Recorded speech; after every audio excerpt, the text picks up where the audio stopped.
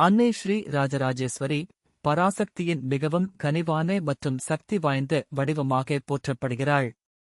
அனைத்து அரசர்களுக்கும் அரசி என்று பொருள்படும் இப்பெயர் அவள் அகிலாண்ட கோடி பிரம்மாண்ட நாயகி என்பதை குறிக்கிறது.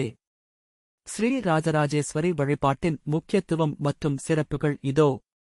லலிதா திரிபுரசுந்தரியின் வடிவம் லலிதா சஹஸ்ரநாமத்தில் விவரிக்கப்படும் அதே லலிதாம்பிகைதான் ராஜராஜேஸ்வரி.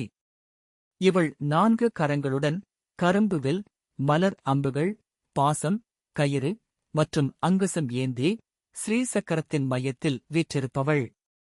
பஞ்ச பிரம்மாசனம்.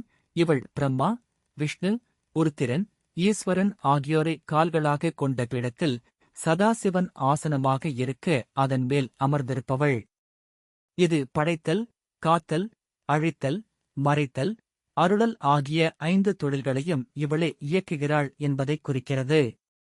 இன்பமான வாழ்வு. இவள் போக மோட்ச பிரதாயினி என்று அழைக்கப்படுகிறாள்.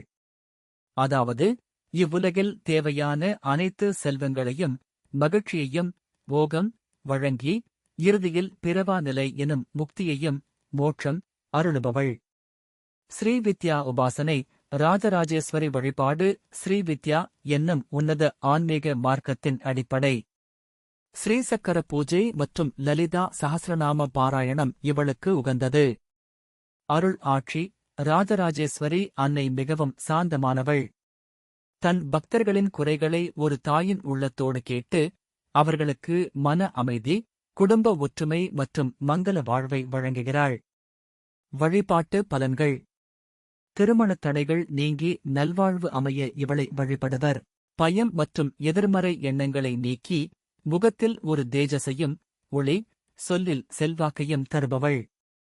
வெள்ளிக்கிழமைகளில் இவளுக்கு பட்டு வஸ்திரம் சாத்தி லலிதா சஹஸ்ரநாமம் சொல்வது மிகுந்த பலன் தரும்.